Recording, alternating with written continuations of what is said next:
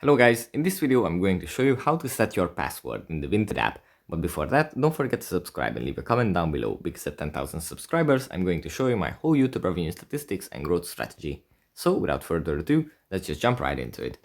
First we have to open up the Vinted app, and here it usually opens up in the home menu. But if we don't want to explore this page and scroll along, we have to go into the profile menu. Here in the profile menu, we scroll down a little bit and find the settings button. We tap on it, and after tapping on the settings button, we tap on account settings at the top of the list. And here we scroll down to the bottom of the list and find create password.